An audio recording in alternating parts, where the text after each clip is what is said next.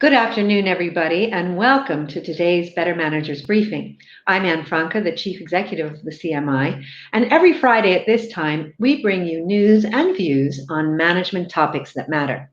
Now, today, I'm really excited to have CMI companion and CBE, Tera Allas, Director of Research and Economics at McKinsey Company for the UK and Ireland. And she leads McKinsey's research, as well as having 10 years experience as a management consultant, focusing on corporate and business unit strategy. Now, she has done a fascinating report. Welcome, Tera. Great to see you. Thank you. Called The Boss Factor. And it's all about what CMI is all about, which is how to be a better boss and the difference it makes. So, Tera, welcome. And tell us, first off, what is the boss factor and why does it matter? The boss factor is the realization that if you think about organizations internally, but you also think about their social impact, bosses of all kinds have an enormous impact on people's lives. So bosses impact on people's life, work satisfaction, of course, but they also have a massive spillover impact on their lives. So just a couple of statistics which I saw when I first started thinking about this and really struck me as much more striking than the way that people were talking about these issues. So first of all, when you ask people whether the way they feel at home depends on the way they feel at work, 90% of people say yes. Now that's completely obvious, but I wonder how many bosses on a daily basis or on an hourly basis think about that their behavior might be having a big impact on that person's life outside of work as well. And, when we look at the impact, on people's life satisfaction, so when people are asked how satisfied are you with your lives in general, and then you look at what they have separately answered about their job satisfaction, 25%, so that's a quarter of all of the difference in people's answers is explained by their satisfaction with their work. And this is the second biggest item after health. So for people's life satisfaction, health is number one, but job satisfaction is number two, way above pay, way above kind of other things that we might think of kind of material. And then when you dig deeper into the job satisfaction scores, you find that 40% of that is made up by relationships. Again, not pay. It's mostly about whether you have an interesting job or whether you have good relationships at work. And 90% of the relationships are determined by your boss. Wow. Stunning statistics. So, yeah, very important indeed. Okay, give us the highlights of what a good boss looks like and what a bad boss looks like and their respective impact on the people they manage and the wider organization.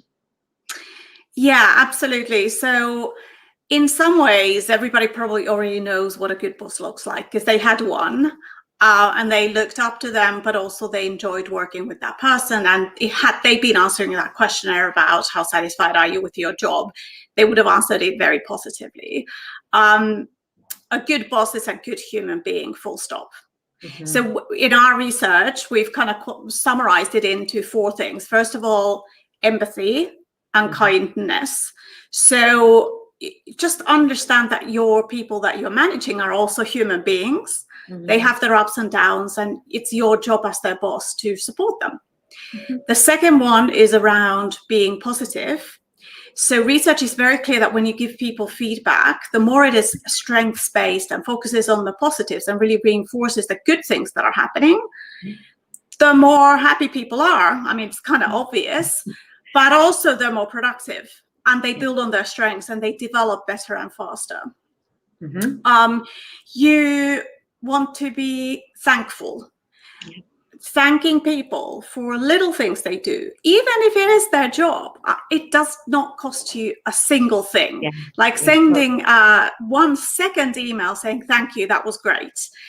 It just doesn't cost you anything. It makes a world of difference to the person receiving the email, and can also create a culture where then that person is more thankful to other people, and you kind of end up in a positive reinforcing loop where people are just appreciative. And we all want to be appreciated. It's as simple as that. And then the final thing, really, to be able to do all of the above, the boss needs to look after themselves too. You know, being a boss is a really stressful job. And it's not easy always to be empathetic and kind and thankful and appreciative and all of those things, right? No. Because your boss might not be that, those things to you, and or just the environment is busy, it's stressful, there are challenges, there are difficulties and problems to solve. So you need to look after your own health, your own mental health, your own resilience, your own kind of energy in order for you to be able to do all of those things.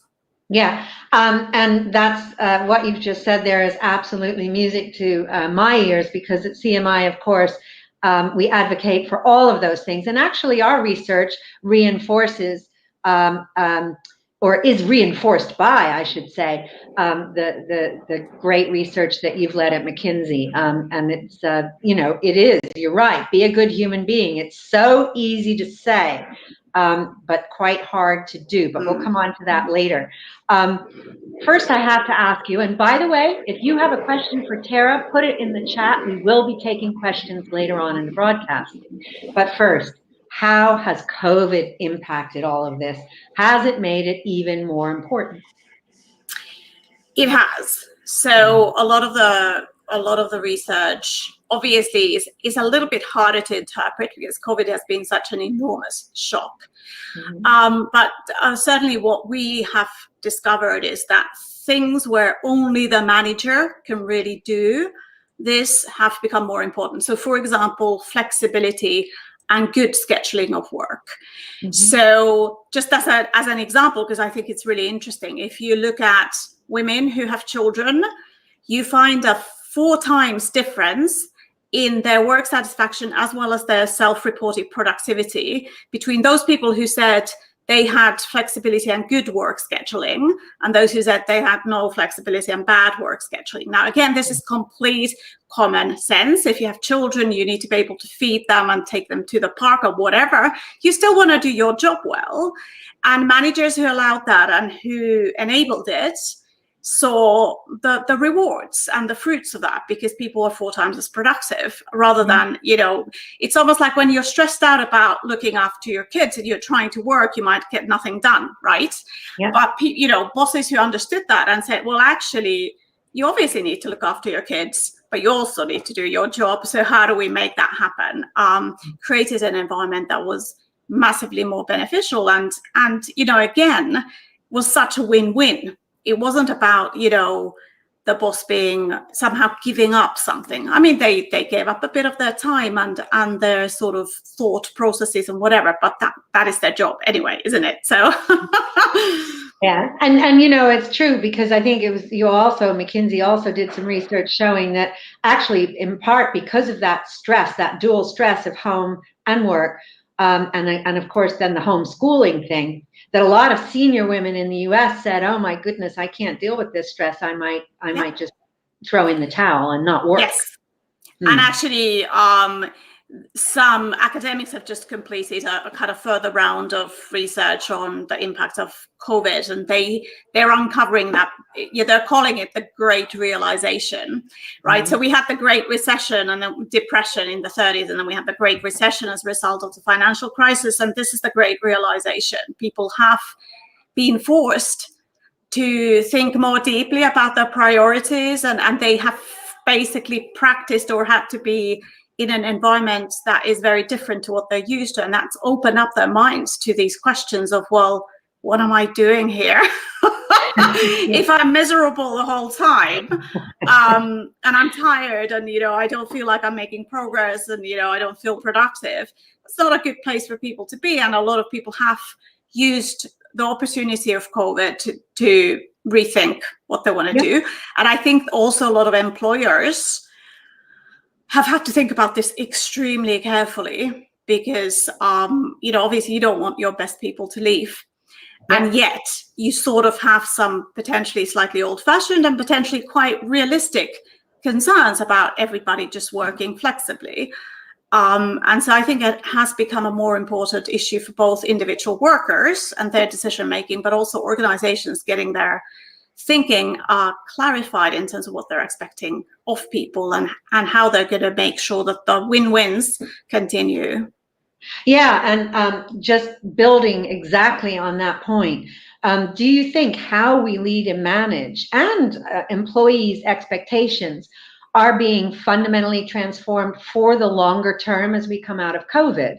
And, are there any silver linings emerging in terms of behaviors and boss paradigms? Or do you think we'll all just simply restore factory settings and carry on as before? So I do think that there will have been some fundamental shifts in a part of the working population. So before we go into the detail, it's worth remembering that only about 30% or so of people can actually feasibly work remotely. So if you're a dentist or you're a nurse, you're a bus driver, or you're like a warehouse operator, many jobs, in fact, 70% of jobs roughly in the economy cannot be done remotely. So we, in some ways, many of us who are kind of professionals in one way or another, we've been lucky because we've been able to work throughout the pandemic and keep our incomes up and basically continue to operate despite the pandemic. But within that 30%, one absolutely, when you talk to people and you ask them in surveys, there's been a fundamental shift in people's expectations, and a sense that we should make the most of the silver linings. So when I speak to our clients, there are many silver linings, such as not traveling as much, spending more time actually on people issues because you're not doing as much, just flying around sort of thing. And in particular, having kind of more honest conversations. I think the best employers out there, now this isn't everybody, but the best of them have really used the COVID kind of roller coaster as a way of engaging with their people on a much more deep level. Sometimes it's through pulse surveys, but like we, for example, do weekly pulse surveys in order to understand all the time what's going on and trying to rectify when things might be going a little bit off track. And those are important ways in which I think the COVID thing has reminded leaders and managers that ultimately it's all about people, and if you're not able to pick up on kind of the typical signs that in the office you would maybe see from body language or whatever, you have to actually put an extra effort into communicating and engaging and understanding how your people are feeling. I think all of these changes just put a further premium on good bosses. And the reason is that every situation is different and every team member is different. And so there is not going to be a top-down blanket policy in a big corporation that's going to work. There just isn't. You have to delegate that down to individual team leaders and managers. And those managers, if they're good ones, will then be very thoughtful about what's the best way of organizing this work so that everybody's happy. Right. Because happy work results in higher productivity, higher sales, better profits, ultimately. Absolutely. Now, you mentioned there is no one size. So what do you make of the organizations that are saying, if you can go to a restaurant, you can go to the office, and everybody back at work 5 days a week, working from home is the exception, and we're over that now. I mean, what do you think? What do you think that will happen in those organizations? Well, I think they will end up attracting the part of the talent pool for whom that's a good choice. That may not be a bad thing, but I would have thought that it does mean that they're leaving out a huge chunk of the talent pool for whom that isn't the case. And so if you're thinking about, for example, just diversity and inclusion, or even just kind of maximizing the degree to which you're making the most of diverse talent because of different backgrounds and different cognitive models and just people's general capabilities, then if you limit your employee set to only those people for whom this going to the office, back to the offices is a decent choice, then you're going to be limiting it. I don't think, again, there's going to be a one-size-fits-all. For some organizations, they will be quite happy to make that trade-off. And then there are other organizations who will benefit from the fact that that segment is being employed by someone else, and they can tap into the really diverse and different kind of talent that doesn't want to go into the office every day. And possibly as a result of that ends up being more engaged, more committed, more loyal, and more productive. Yeah. And you mentioned, I know McKinsey does a huge amount of work on the business impacts of diversity, greater diversity and inclusion. So it's highly likely that organizations that respect the new silver lining way of working, or this greater employee choice, will benefit much more readily from the business boost of greater D&I than organizations that don't. Is that a fair statement? Yes, absolutely. Mm-hmm. Okay. Well, look, what do you think? What's your advice about what is the best thing to do if you're a boss? And what have you learned, because you're a boss, what have you learned about your own leadership? And what would be your advice to the bosses on this broadcast? Oh, that's a big question. I don't know that there's the one thing, but if I had to come up with the one thing, it would probably be, the age-old know yourself, but also know what your impact is on the people around you. And so in practice, that means just asking for feedback and benchmarking that, not against, are we delivering projects on time? That's important. Or are we delivering fantastic quality product and service to our customers? That's important. But also on these more human metrics. Are my people stressed out the whole time? Are my people engaged with what's happening with the business in broader sense? Are they feeling that they can express their creativity? Are they basically satisfied with their jobs? Are they satisfied with me as their boss? And I think once you start to get that sort of feedback, you start realizing, first of all, how important all of the kind of more human factors are. And second of all, how little it takes to really get quite good at them. So my personal experience is that I must have been a terrible boss, absolutely awful, like micromanaging, focused on the products, really not paying a lot of attention to the feelings of my team members, because I sort of felt like feelings, they have no place at work. No, well, I have since learned that was absolutely wrong. And very naive, and naive is even too mild a word. It was just wrong. And I've come to realize that the more time and effort I spend on just making my people feel good about themselves, miracles happen, basically. The less work I then have to do, quite frankly. And it's also incredibly rewarding, right? Yeah. I mean, it's a rewarding. It's a burden in the sense of, like, I then stress out about whether my people are doing well or badly. But I'd rather be stressing out about that, because I think there are things you can do to fix it than some other things. So that's a great admission, and thank you for your honesty. This COVID has made a lot of leaders realize how important how their people feel is, and how important things like caring and empathy, all the traits you mentioned, and saying thank you, how important those things are. But before I open up for questions, I do have to ask, and what's your advice for those of us on this broadcast who are unlucky enough to suffer from the stress of having a bad boss?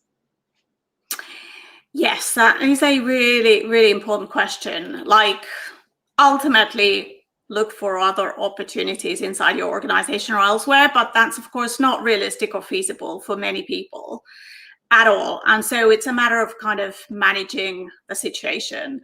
And I mean, my personal suggestions would be along the lines of tapping into all of the rest of the people in your organization who are positive and give you positive energy, and sort of can support you, because sharing the burden in some ways, having friends that you can talk to, having mentors outside of your kind of line management, can be a huge sort of safety valve, a pressure valve, when it comes to those kind of situations. Mm-hmm. And then secondly, just look after your health. Like, it's boring advice, but, make sure you get enough sleep, make sure you exercise if you can, make sure you eat as healthily as you can. All those kinds of things will help you feel less stressed out, even if you have a bad boss. Yeah, I think that's really important. And some people confront their bad boss, maybe find others that are feeling similarly and try and have a discussion about, because, you mentioned you can learn these things if maybe they're not aware of them. Would you advocate that? Yeah, I mean, it's a really good point. I think it totally depends. I wouldn't go all in. I mean, I actually have done that in my own career, and with the scars that gave me, I'm never going to do it again. Like, I was being way too blunt about it, and I was being very Finnish about it. Like, let's just say what I think, kind of thing. You have to be more subtle than that. You have to understand the mental frame of your boss. Why are they being such a difficult person, right? There could be lots of things going on in their life that you just don't know about, which is causing them to behave the way they do. So first of all, just like take it easy. But secondly, be clear about what you need to be productive. And so, no boss is going to not listen to something that's a little bit more business focused, of saying, I know we have a lot of work to do and I really want to do it well, but in order for me to do it well, I would need X. Okay. It's harder to ask for those kind of emotional support things. So I'm not sure that I don't know. I mean, I think it all depends on the individual situation as well. Get advice. Get advice from your support network. Get advice from HR, if that's necessary, because they will have dealt with similar situations before, and they will be able to advise you on that individual or the way that your company deals with these things. That will be kind of a starting point to make things better. Great. Well, some fabulous insights there. Let's go to the questions. The first one is from Marco. Hi, Tera. Do you think organizations are aware enough of the boss factor? And how are you looking to help educate them? That's a really good question. So no, I don't think they're aware. That was sort of like why I wrote that article.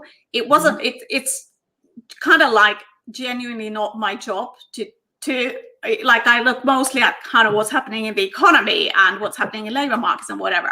But I was so intrigued by these findings and so sort of frustrated that people didn't get it. Like there wasn't enough discussion about this incredibly important impact on people's life satisfaction and their lives, generally speaking, that I wanted to sort of dig deeper into it, understand it, and then write about it.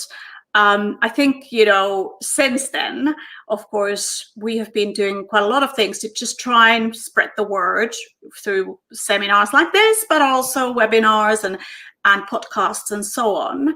But I'm also involved in a couple of sort of academic projects, which are aiming at ultimately kind of bringing this much more to the fore. So for example, if you think about people doing MBAs, I did an MBA several years ago. I don't remember us having more than one course on organizational psychology. And that sounds like a very techie way of describing it, but it's out, like the science behind it is about psychology. The day-to-day practice, is day-to-day practice. I think you could teach it to anyone, but it doesn't get taught. Do you see what I mean? So there are many avenues in which I think hopefully the fact that there are now quite a lot of people looking into this will shift the needle. Exactly. But, I'm sure that's what people said 20 years ago or whenever the whole idea of servant leadership was kind of popular. And I still don't see it actually, what's the word, sort of permeating every organization, or it hasn't become like a day-to-day thing that you just expect every organization to do. So I think there's more work to be done to understand why and why not. Absolutely. And just, if I may, a plug for CMI, that's exactly what we advocate in all of the courses and things that we dual accredit. These things have to be present. And they're super important for employability as well, that you can do these human things like have empathy and communicate. Great next question from Ravindra. I agree with so much of what has been said, but sometimes cultural differences mean that acceptability of some behaviors will vary from country to country. How do you factor this into your thinking? Yes, so the research is actually not all of it, but the kind of more deeper research on what drives people's job satisfaction is based on a global survey. So in theory, some of the findings should be replicable in other places, but I fully understand that there are many nuanced issues around how you present yourself, how you communicate, how you behave, that will be different in different workplaces, even different workplaces in the same country, by the way. I think the way that I would think about it is that if we have those kind of four statements: be kind, be thankful, be positive, and look after yourself, or be well, then I'm sure there are incarnations of those behaviors in every culture that are possible. So it's possible to thank people in your culture in a culturally appropriate way, and it's positive to be empathetic in your culture in a culturally appropriate way, etc., etc. Obviously, you may not want to go from one extreme to the other extreme straight away in terms of your behaviors, because people will get very scared and or kind of reject this new DNA that has been inserted into the organization. So in any case, any kind of behavioral change, organizational change, culture change, I think you want to take it slow. You gradually build it up piece by piece, and then you sort of celebrate the results. You're like, oh, we did this, which was different. Do you all think it worked? And then hopefully people say, yeah, I feel a lot more comfortable about the workplace now because we did X, Y, Z. And then you can move on to the next step. So I don't think there's a kind of overnight solution. Okay, great. Thank you. Next question from Aaron. Do you think the prevalence of bad bosses is reducing yet? I.e., are they indicative of old-fashioned leadership styles that are gradually dying out? Or is there a new generation of bad bosses in circulation and up and coming? Great question. It is a fantastic question. I mean, I would like to answer it by saying, of course, the bad bosses are dying out. The truth is, I don't have the data. So I don't know, and probably it would depend on, country and organization and so on and so forth. What I will say is that I'm not seeing bad bosses being eradicated at the rate at which you would expect if all this obvious stuff that we've been talking about was actually implemented in organizations. And I do think that there are several reasons for that. There are many, many forces that push bosses in the other direction, or push leaders in terms of how they deal with the bosses in their organization in the other direction. There's quarterly shareholder pressure. There is what I mentioned, the education that people have had hasn't necessarily kind of emphasized these factors.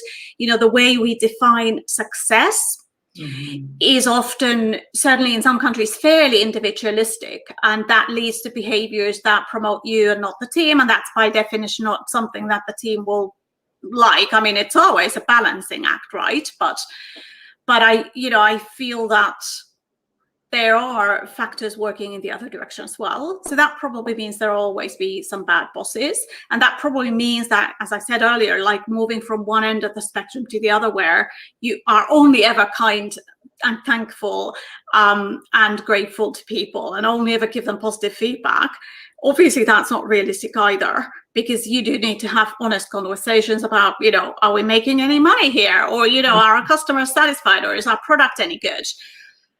But I am saying that if you create a positive environment, then having those conversations actually becomes much more productive, because people will not take it personally now. It's not like they're threatened personally because we're saying our customers are not happy. They're like, I know, we really need to do something about this. What are we going to do collectively? Or, our product really sucks or whatever, or is outdated. And you kind of get a positive problem-solving atmosphere. Yeah, really. From all of that. And so, I do feel that as a boss, your biggest job is to create that atmosphere, because, all of the content work, the detail expertise, the people who are on the ground actually doing the work. Well, they're actually doing the work. You don't need to do it as long as you've given the right environment in which to do their job. I think that's absolutely brilliant. Tera, it's always so inspiring to speak with you. I think you have such wisdom and insight, and a great way of putting it. And now, on top of all of that, you have the boss factor because you now are a good boss too. So it's great as always to see you. Thank you everybody for joining us. If you've enjoyed this broadcast and you're not a member of CMI, do consider joining us. You can find out how to do so in the chat. Thank you and take care.